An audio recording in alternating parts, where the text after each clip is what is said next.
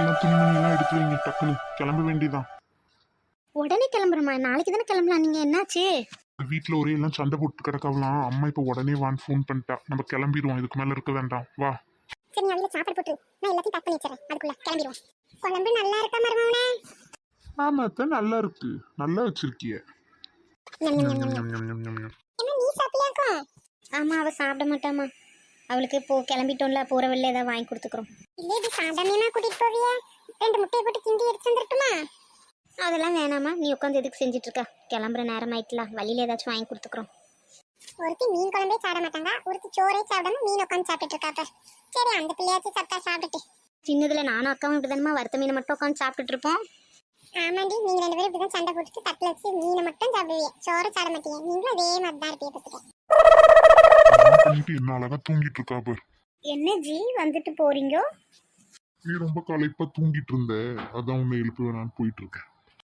நீங்க என் மேலே கோவப்படாதீங்க. நான் உங்களை சொல்லலே. நான் சொன்னது உங்க அம்மாவையும் உங்க அக்காவையும் தான். நான் உங்களை எப்படி சொல்லுமா? நீங்கள் என் மேலே கோவப்படுது. ரூட்ல இருந்து அசிங்கப்படுத்தி விட்டுட்டா. எல்லாரும் என் பொண்டாட்டி ரூட்ல இருந்தான்னு தானே சொல்லுவாங்க, எங்க அம்மையா சொல்லுவாங்க. எல்லார்கிட்டையும் நான் சொல்லிச்சோ, உங்க அம்மா பையன் பேச்சை கூட கேட்கறது இல்லை, என்னை ரொம்ப டார்ச்சர் பண்ணதுன்னு தான் சொல்லிச்சோ. உங்களை யாரும் தப்பா சொல்லாது, நீ கவலைப்படாதே.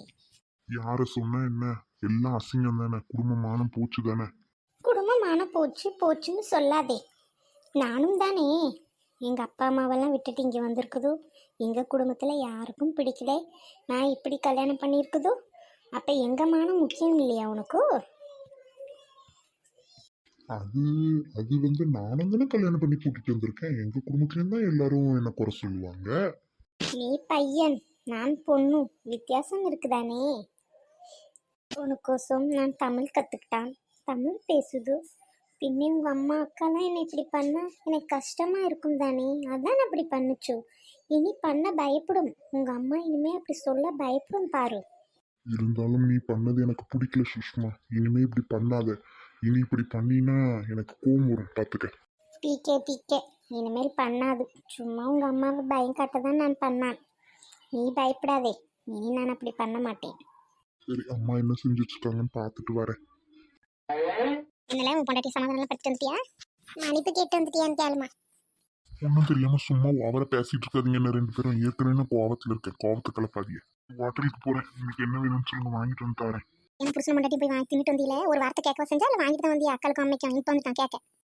எனக்கு தெரியுமா, நாங்க இப்படி கிளம்பணுன்னே செஞ்சு சாப்பிட்டுருப்பீன்னு. எத்தனை நாள் பார்த்துருக்கேன். அண்ணி உடம்பு சரியில்லைன்னு இப்படி போயிடுவாவ அவ அக்கா வீட்டுக்கு, உடனே நீ தான் செஞ்சிருப்பிய. அதான் வேஸ்ட் ஆயிரும் வாங்கிட்டு வரல. வந்துட்டீங்களா? வாங்க வாங்க. அதான் எங்க இருக்க விடுறிய, அதான் வர வச்சுட்டீல. வீடியோ பிடிச்சிருந்தா எல்லாம் சப்ஸ்கிரைப் பண்ணுங்கம்மா. சேனலை மறக்காம சப்ஸ்கிரைப் பண்ணுங்க. நிறைய பேர் சப்ஸ்கிரைப் பண்ணாமே வீடியோ பார்க்குறீங்க.